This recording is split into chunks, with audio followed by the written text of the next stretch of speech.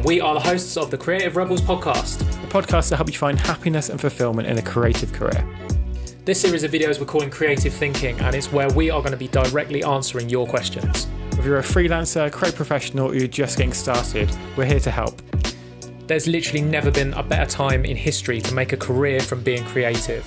So many people are going to tell you that you can't do it, but we're here to tell you that you definitely can. Welcome back, Rebels, to another episode of Creative Thinking. This week, we're joined by the Kitchen Club. Hello. Welcome, guys. So what is the Kitchen Club? So our podcast, Kitchen Club, is Serena and I. I'm Sarah. This is Serena. And it is our newly launched podcast. Kitchen Club is basically bringing to life everything that we love most. Serena and I both met working in food.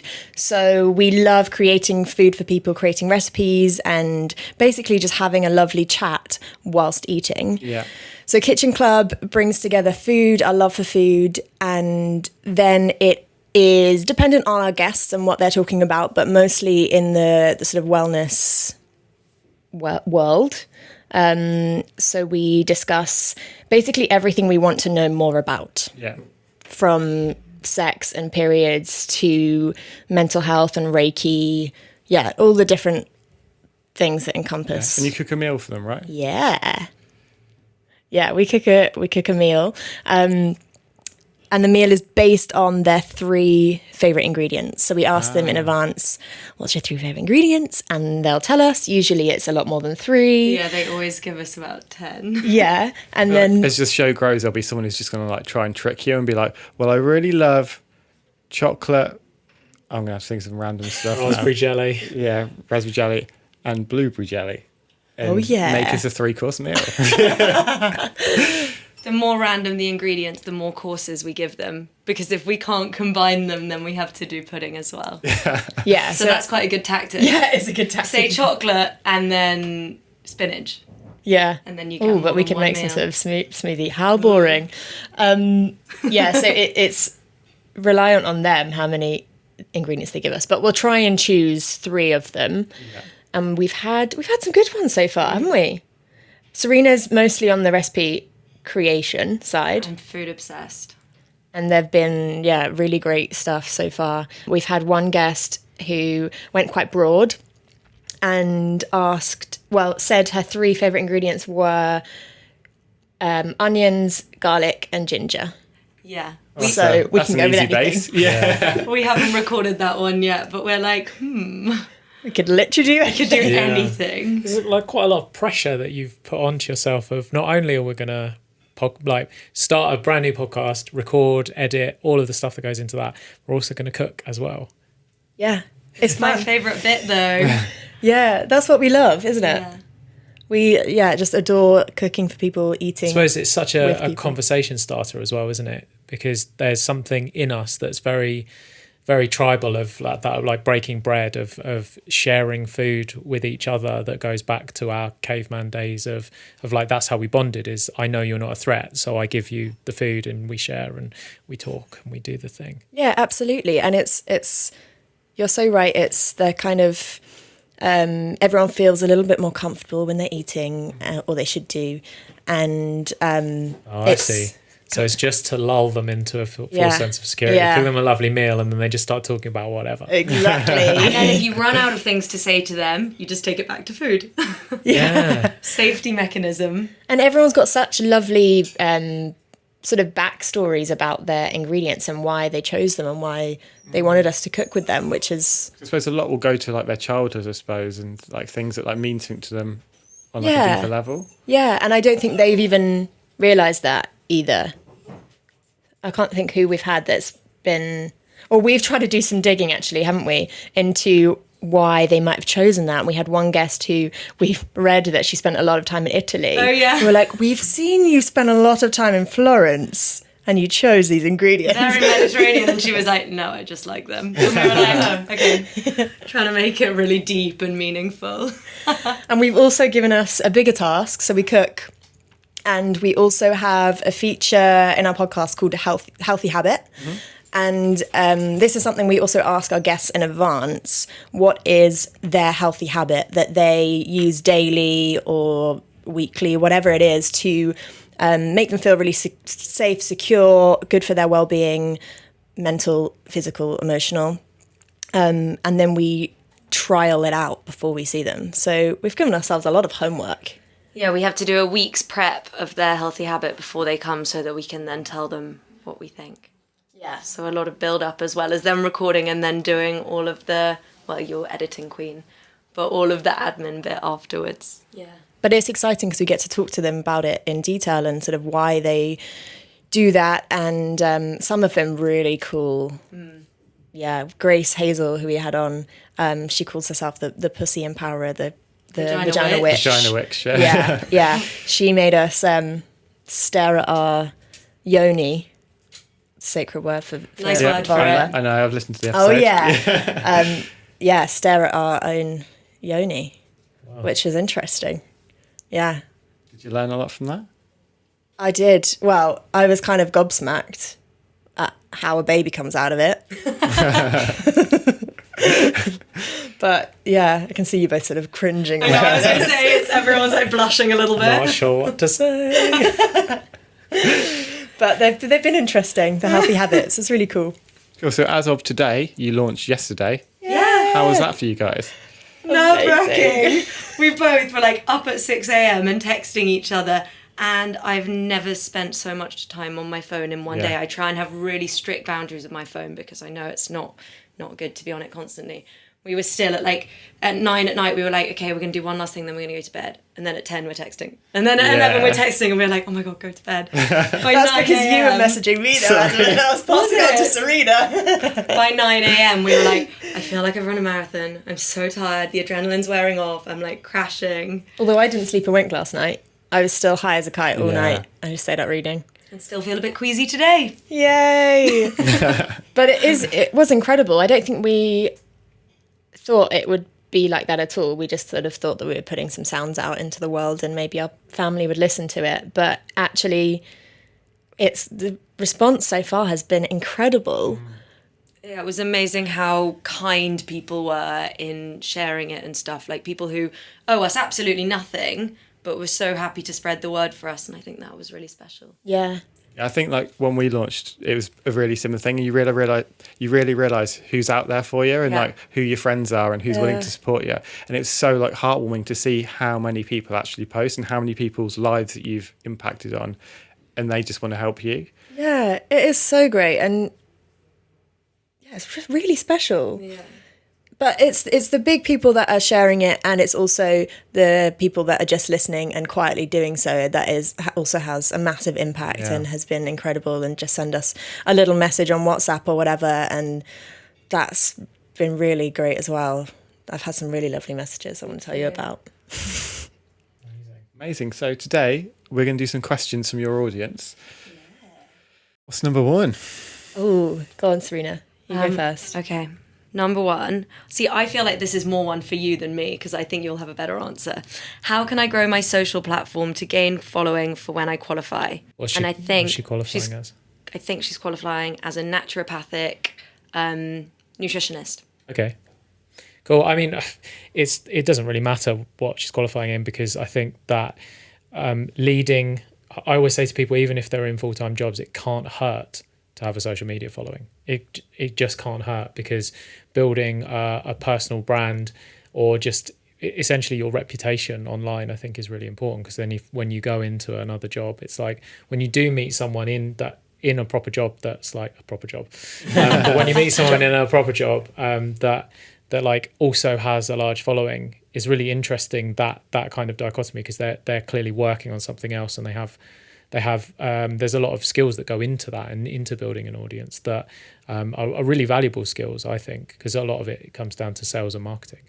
Yeah, I think like what I've done and what I think is great to do with anything, if you're planning to start something in the future and you don't necessarily have the content yourself to do that now, is start like a niche page, like start a page around a certain topic. It doesn't have to be, so if you think I want to be a chef in 2 years time and now I'm going to start my training, you could start just posting pictures of food, other people's food, like curate a feed of other people's things, grow an audience around that. And then when you're ready, you can switch it over into your own thing. You've already got an audience amassed who are interested in this certain thing. Yes, you'll lose a certain amount of things when you flip it, but you've got an audience ready. It's like ready and waiting rather than having to start from zero. So you can curate, not create. Yeah. Ooh. That's so sneaky. I love that. Yeah, we did it. I've done it with all like a few of my personal accounts, and when we launched our tattoo studio, before it was open, because we'd got released and we still had to like build it, fit it out. We started a tattoo page that was just sharing different people's pictures of tattoos, and then when it targeted people just that were living in Shoreditch. Yeah, and then flip. That's amazing. So it's got to be something quite like vaguely relevant, no? Well, I think it has to be perfectly relevant, because when you flip it, you want an audience who's going to be engaging and into that. It's like if I sold trainers and I'm selling it to people who don't do any kind of sports or athletics or don't ever wear trainers, then no one's going to buy it. It's like if you've got a food blog, but for London, but you're only targeting people, you had a Brazil football thing, that's not going to convert at all. So it's like make it as close to the niche as possible. That's kind of what I generally. But I also think people worry about knowing too much about something. It's okay to just document your journey and whatever she's learning as she's graduating, like just take people with you. And those early people love to be right. So if they follow you in the beginning, and because it's quite valuable when someone follows you, like they're allowing you into your feed. And we always talk about curating your feed and turning your feed into a place where you want to hang out, like a cool magazine that you want to flick through, like only include the stars that you want to see in that magazine. And so by someone following you, they're letting you into that world. It's like, okay, I want to see what you're up to. And then if you then go on to do something amazing, that proves them right, and they will love that and they'll be with you forever. Yeah. Absolutely. I actually know what you mean. There's people that I followed back. When did we all get Instagram? 6 years ago or something? I think I was a bit late to the party. Anyway, I remember following people who were just girls who did a bit of cooking at home and now have 50,000 followers, and I'm like, yeah, I knew you were going to be good. Yeah, I was there from the start. Yeah. Because it's always nice to say to people like, I remember when they only had this amount of followers and I followed them then. It's like showing off, I suppose. I remember following Deliciously Ella when she was literally a food blog of a girl at university, and now she's like an empire. Yeah. Yeah. And I think it is that sense of showing people your journey and being really sincere about what's going on and being honest to whatever following you've got. And that honesty will shine through, and genuinely interacting with the people that are following you and interacting with other people. I think that's... I remember following out Sarah Malks. She was only on about 5,000 followers. Now. She hasn't grown that much. It was probably only a week ago. But I think you make a really interesting point there of looking after the people that are already following you instead of just trying to reach the masses. So I think that's the trick where a lot of people fall down, is they're trying to appeal to everyone, whereas just go niche with it and just these people already follow you. Just doing these Q&As, you've reached out to your audience. You now have a sense of what it is they're worried about, what they're thinking about, the things that they want to know from you, the things that you're successful at. And so that gives you a kind of an overview of what they're like. So then you will always consider that and know that, by posting this, I'm helping people who are worried about this thing, rather than worrying about someone over here who doesn't follow you yet. It's just focusing on the people you've got. Yeah, absolutely. I think you're really good at doing that. That's what I like to do that. So yeah, thank you. And I guess quality, not quantity. I think a lot of people who have smaller followings actually have more influence over them, whereas some of the celebs who have 1.5 million, people actually only follow them because they're hot and they want to look at the pictures. Whereas someone who has a real passion and really goes for it and might have only 30,000 followers, but all 30,000 of them are really invested in what they're saying and what they're doing and their work, rather than just being oh, she's in a bikini, nice. I'd take that any day.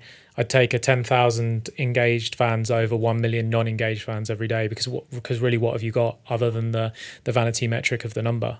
Yeah, absolutely. The vanity metric of the number, I like that. Yeah, so I hope that's answered. Yeah. And I mean, in more practical terms, it's like patience. Like, I mean, you know, because we've talked about this before, Sarah, of just gradually bit by bit. Because I remember when you came on the podcast, it was like you were so close to that 10K.